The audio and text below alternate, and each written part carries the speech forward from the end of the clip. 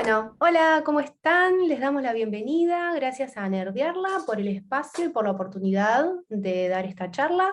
Primero vamos a hacer una pequeña intro presentándonos. Hola, ¿qué tal? Yo soy Vico, tengo 26 años, vivo en Córdoba Capital y actualmente estoy trabajando en Flux IT. Flux IT es una consultora de soluciones digitales para grandes empresas que tiene más de 10 años. Em, Trabajo como UX Designer, para que los que no estén familiarizados. UX Designer es la diseñadora que está a cargo de la parte inicial del diseño. Se trata de buscar las necesidades del usuario, concentrarse en los requerimientos del proyecto y armar, digamos, el primer boceto de la propuesta. Exacto. Yo soy Yami, tengo 29 años, vivo en Capital Federal y trabajo en Flux IT como UI Designer. Es decir, para los que no están familiarizados con el término, me encargo de la parte visual del producto, de lo que se ve, del estilo con el que el usuario interactúa, ya sean botones, iconografías, tipografías, todos esos elementos que se ven en la pantalla. Eso a lo que nosotros llamamos interfaz de usuario. Y en mi caso, la base fundamental para llegar a ser UI designer me la dio la formación profesional en la carrera de diseño gráfico. Y como pueden ver y notar con todo esto que contó Vico, esto es un trabajo en equipo. Los UXers trabajan codo a codo con los UIs y viceversa, para potenciar juntos la experiencia del usuario y así poder darle el valor agregado al producto que se está trabajando. Y algo que tenemos en común, además de trabajar las dos dentro del Team Design, dentro de Flux IT, es que nuestras parejas son developers.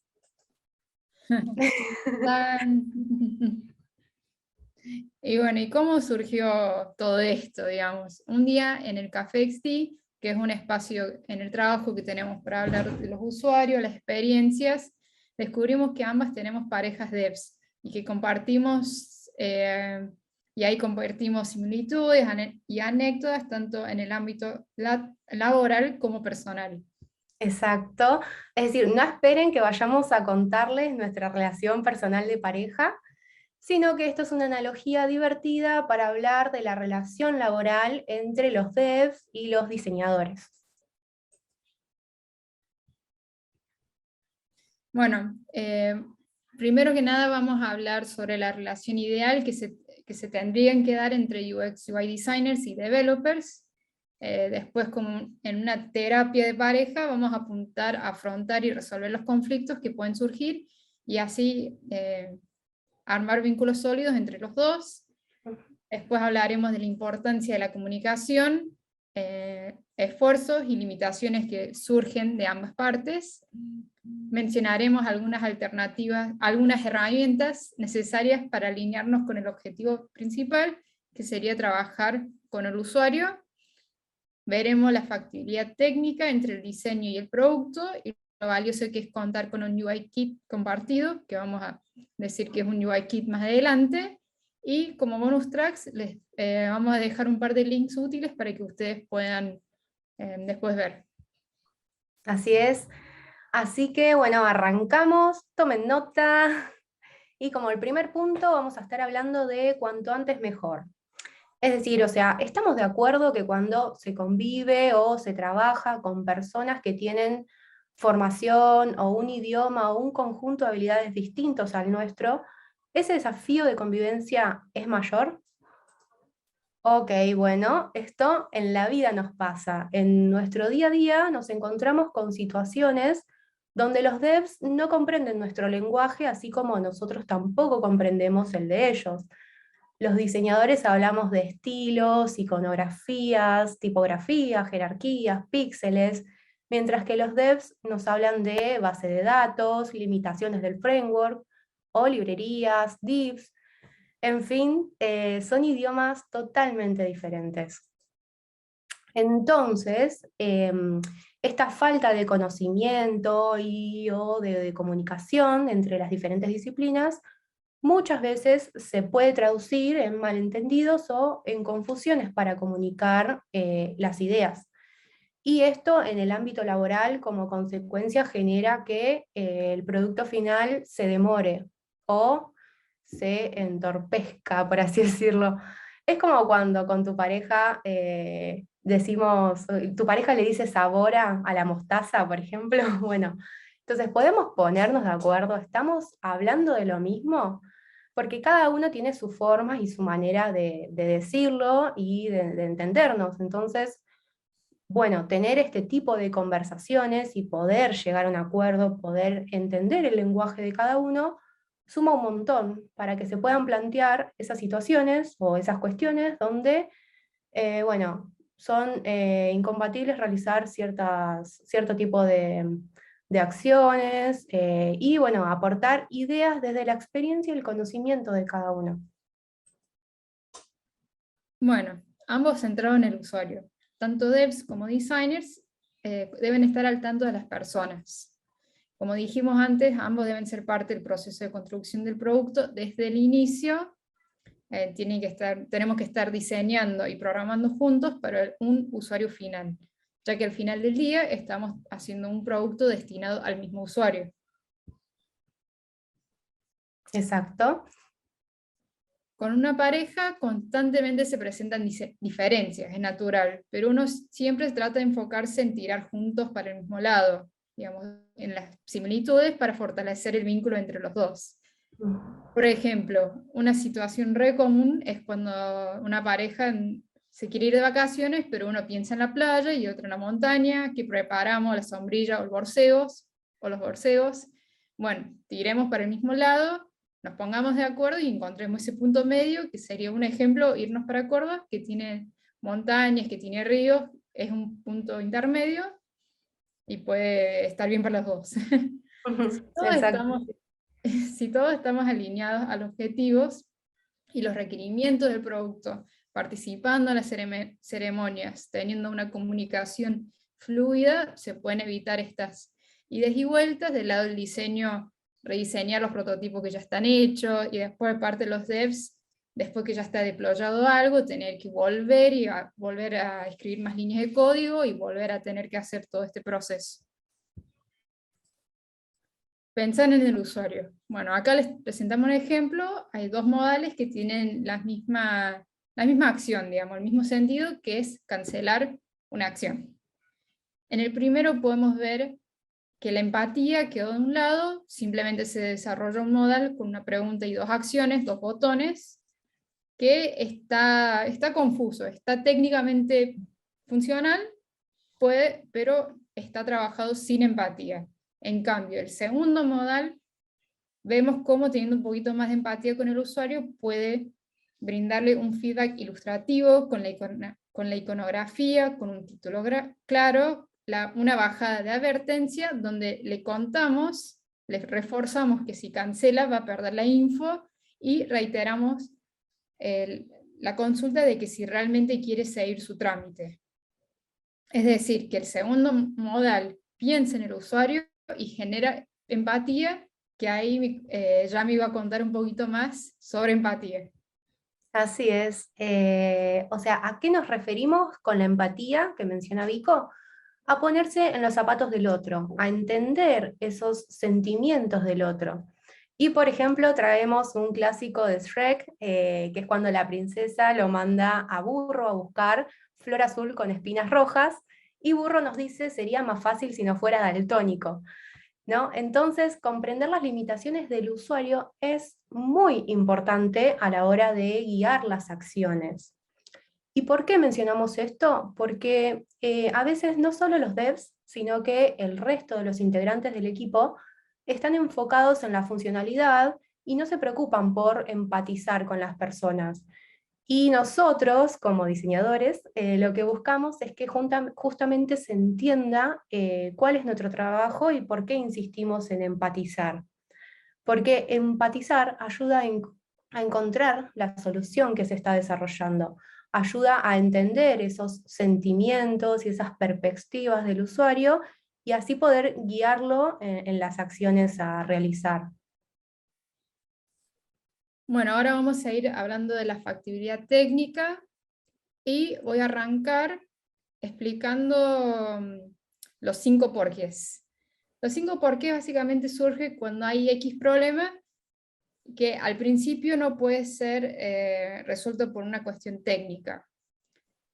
Los 5 porqués es para averiguar por qué no se puede, justamente, es indagar y hacer preguntas. Por ejemplo, se comienza con ¿por qué no es factible construir la función? Respuesta, la solución requiere datos que no tenemos, y ahí profundizando por qué no tenemos estos datos, y así preguntando hasta llegar al raíz del problema, que es cuando se pregunta ¿por qué no se le ha dado prioridad? Respuesta, porque hasta ahora no causó un problema significativo. Acá hablamos del famoso tire-afloje. Tenemos que saber cuándo insistir y cuándo ceder también. Entender que hay momentos donde hay que proponer e insistir. Hay que elegir estos momentos, digamos, con cuidado, digamos, seleccionarlos, porque no siempre vamos a poder insistir y proponer, obviamente. Así es, pero bueno, acá le traemos un ejemplo real de este famoso tire y afloje, y como pueden ver en el ejemplo de arriba es el pedido de diseño que nosotros hacemos, y en el ejemplo de abajo pueden ver el problema que nos trae el dev encargado de diseñar esta pantalla. Esta es otra vista del mismo tipo, donde pedimos que un icono empty state esté dentro del cajón, en este caso del carrito. Y de nuevo el problema que nos trae el desarrollador, esta factibilidad técnica, que nos dice que por lo que ofrece el componente no es posible añadirle ese aire que tiene el icono a los costados, que es lo que nosotros planteamos en el pedido de diseño. También nos muestra en este diálogo, en esta conversación que tuvimos, en este ida y vuelta de chat, nos muestra por un lado cómo es el elemento que contiene al icono y al texto, que es lo que vemos en la primera imagen en color celeste, que a su vez tiene un padding predeterminado, que es lo que vemos en color verde, y por otro lado en la segunda imagen nos muestra cómo es el contenedor del icono que ocupa el color celeste que estamos viendo.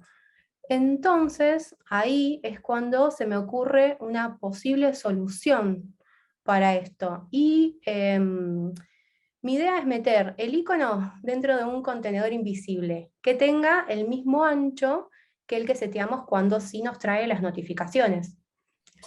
Entonces, en este diálogo, en este ida y vuelta de comentarios, llegamos a un acuerdo de, bueno, hacer una videollamada y poder resolverlo juntos. Y por supuesto que hicimos esa videollamada, hicimos varias pruebas y logramos llegar a un acuerdo. Lo probamos y funcionó. Este contenedor invisible permitió que el icono tenga ese aire que nosotros habíamos solicitado en el pedido de diseño y que insistíamos que tenía que tener. Entonces, ok, misión cumplida, y fue un gran trabajo en equipo. Como moraleja, ¿qué nos queda de este ejemplo que traemos? Bueno, hay que aprender a negociar. Por ejemplo, es como cuando con tu pareja o tu compañero de espacio deciden quién cocina y quién lava, o quién se encarga de lavar los platos después de cocinar. Bueno, simplemente negociar. Es decir, nosotros sabemos de diseño y de experiencia, y los devs saben de construcción. Entonces, justamente con el diálogo y con una buena relación, logramos tener buenos resultados y por ende un buen producto. Obviamente siempre respetando los conocimientos de cada parte. Bueno, las aplicaciones web o móviles modernas son dinámicas, cambian con el tiempo y los eventos del usuario. No hay que olvidar que estamos diseñando un sistema, es decir, estamos reutilizando componentes, estilos y módulos. Esto tiene muchos beneficios, principalmente que puede reducir el tiempo de desarrollo y la complejidad. También utilizar esto significa una expansión futura.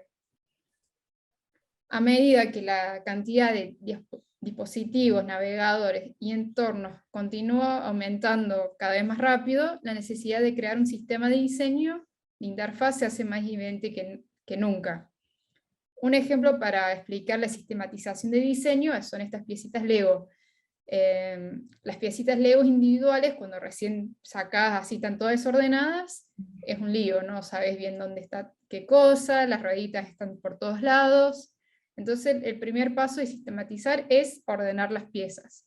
Que lo mismo pasa en las mudanzas, que cuando primero una pareja se muda, tenemos todo en las cajas y hay que ponerse de acuerdo entre los dos, que cada cosa va a tener su lugar, así las dos personas pueden encontrar sus cosas sin ningún problema. Así es. Bueno, una vez seguimos con el ejemplo del Lego de vuelta, pero después de que se hayan colocado todas estas piezas sobre la mesa, y luego de construir nuestra creación barra relación, podemos empezar a construir estos productos, en este caso todo este tipo de transporte, estos autitos que son distintos. Es el famoso las cartas sobre la mesa, tener todo ordenado, primero, digamos, antes de empezar a crear.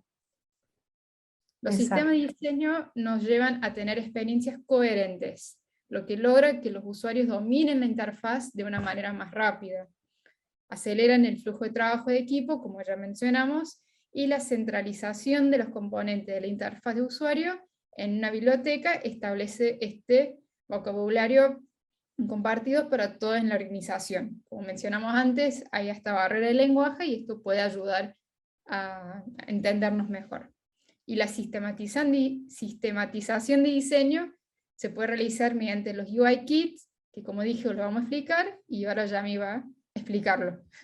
Exacto, bueno, y entonces esto, ¿qué es un UI Kit? Un UI Kit es una guía sistematizada, en este caso traemos un ejemplo de Material Design, que incluye elementos de interfaz, como pueden ser botones, iconos, bueno, tablas, formularios, todo esto para ayudarnos en el desarrollo de nuestras interfaces. Es decir, como los Legos partimos de piezas muy pequeñas e individuales y nos ayudamos de estas para crear piezas más grandes y más complejas. ¿Y por qué es importante contar con un UI Kit? Bueno, en primer lugar porque genera una comunicación con los desarrolladores. Los devs van sumando a su código toda la información de estilos que nosotros les compartimos y les vamos entregando también los componentes, como en este caso iconografía. También es importante porque con el UIKit tenemos la capacidad y la posibilidad de mostrar los estados y el comportamiento de cada componente. Por ejemplo, en este caso, el seteo de los encabezados y los textos. ¿Cómo es que van a funcionar en nuestro prototipo? Es importante definir el tamaño, las variables y el tipo de fuente desde el UIKit para así poder replicarlo en todo el prototipo y en el código a diseñar. Y por último, también es importante contar con este kit porque nos ayuda a prevenir incoherencias a lo largo de todo nuestro diseño. Y para que todo esto esté en sistema, nos ayudamos de un marco mental que se llama Atomic Design. Como pueden ver, partimos de átomos, que son estas piezas individuales, ahí lo pueden ver en la presentación. Partimos de átomos que son piezas individuales, son como estas piezas de Lego que van formando juntos una molécula que al unirlas forman organismos que le terminan de dar forma a nuestros templates para luego ser páginas web. Entonces, creando esta guía de estilos, los desarrolladores ya están preparados y ya saben de qué forma y con qué elementos se van a encontrar y con qué elementos vamos a trabajar en el transcurso de nuestro proyecto. Además, obviamente facilita muchísimo la reutilización de los componentes y nos asegura esta consistencia que mencionamos del producto desde un principio. El siguiente punto es guiar o encaminar al usuario. Como diseñadora, uno de nuestros objetivos es ayudar a encaminar el usuario. Esto se puede realizar guiándolo en todo momento mediante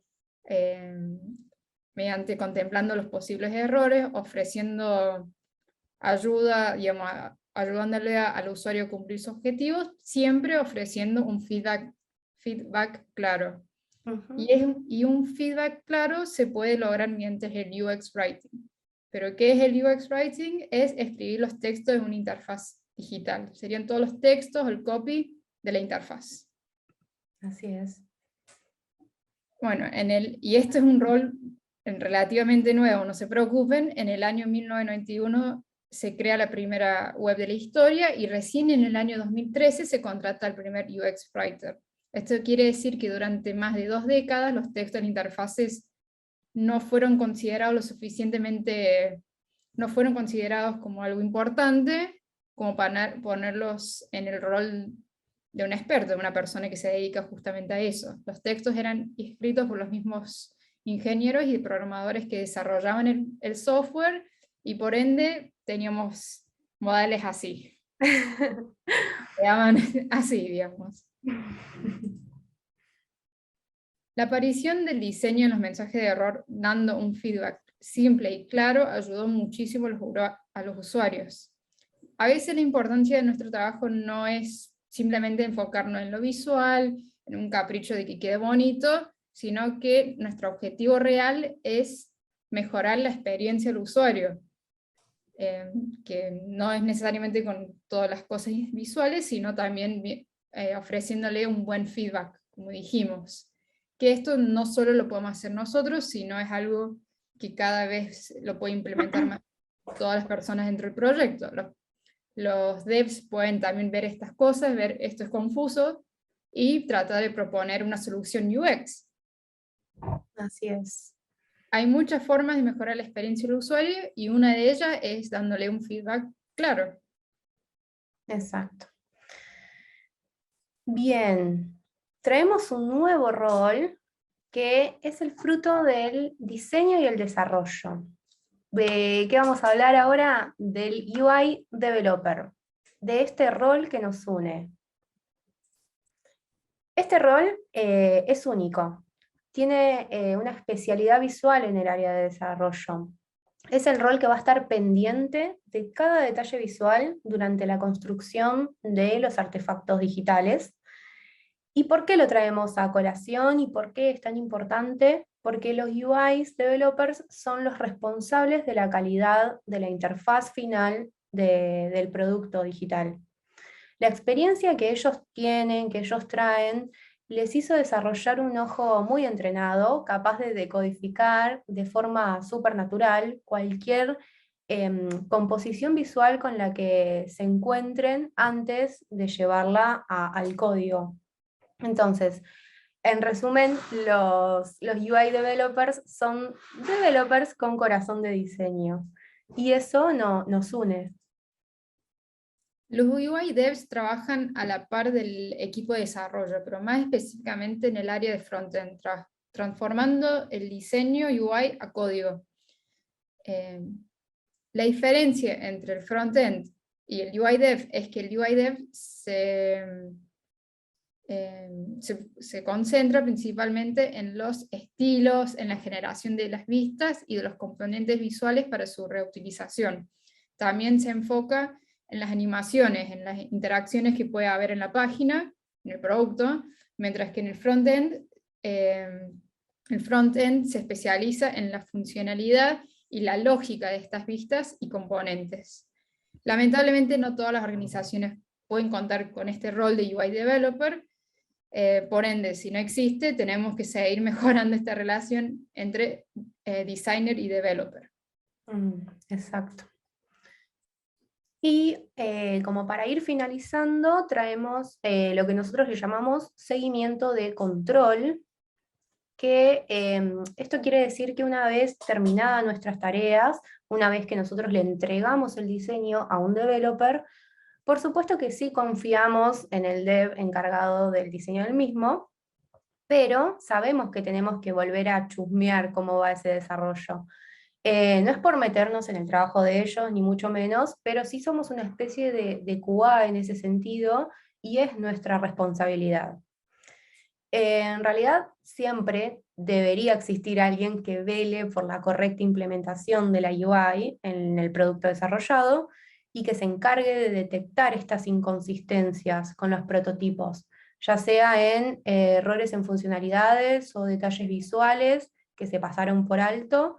Y esta tarea la puede o debería ser una tarea de todos en realidad, ya sea, o sea, pasando desde los QAs, por los UI devs, frontends o incluso los mismos UI, porque se trata de cuidar la experiencia del usuario antes de ser presentada al cliente. Y es como pasa en las parejas cuando nos distribuimos las tareas, o sea, confiamos en el otro, pero acompañamos este proceso y, por supuesto, acompañamos el resultado también. Bueno, una forma, un consejo que les damos para que no se pasen de alto estos detalles visuales o no sé, cosas a tener en cuenta son mediante comentarios. En el programa Adobe XD, que es un programa de prototipado de diseño, que existe el Figma, Sketch Vision, hay varios, todos tienen una forma de dejar comentarios, que es una buena forma de hacer recordar eh, con cosas más puntuales respecto a la funcionalidad o elementos fixed. Exacto. Y por último, literalmente está el crear el vínculo, que de vuelta traemos el ejemplo de Adobe XD, pero se pueden en todos los otros programas, es que tienen una función de compartir con el desarrollador, que ahí el desarrollador puede ver en detalle los estilos, puede bajarse los iconos y ver los elementos del proyecto. Así es. Y bien, como conclusión, entonces, por supuesto que siempre la clave es hablar. Toda pareja, toda relación se basa en la comunicación. Y nosotras les compartimos nuestra forma de trabajar y la manera en la que nos relacionamos en el día a día con los devs, pero ustedes pueden tomar lo que les sirva y aplicarlo en su propio día a día. A nosotras esta analogía de relación de pareja nos ayudó muchísimo para comprender nuestro trabajo diario con los devs. Siempre con la intención de ir juntos para el mismo lado, siempre poniendo foco en la importancia de la comunicación, el entendimiento, el compartir experiencias o conocimientos desde cada una de las profesiones, y teniendo en cuenta todos los puntos que mencionamos hasta acá, por ejemplo, pensar en el usuario, sentir empatía, definiendo kits desde un comienzo si es posible, porque nunca dos relaciones de parejas son iguales, y bueno, lo mismo pasa entre los diseñadores y los developers. Uno tiene que aprovechar las experiencias positivas y aprender de esos errores para evitarlos en la relación siguiente.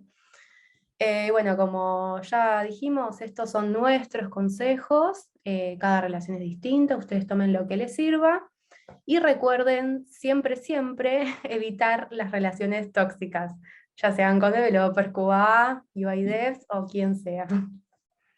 Totalmente. Y bueno, por último viene el bonus track, la sorpresa, si se quiere, donde hemos dejado un par de links con recursos útiles para mejorar el diseño, con tipografía, recursos de iconos, entre otras. Les vamos a dejar el código QR para que lo puedan descargar a la presentación y poder revisarlo mejor. Y bueno, muchas gracias a Nerdearla por darnos este espacio y la oportunidad de presentar esto. Así es, muchas gracias.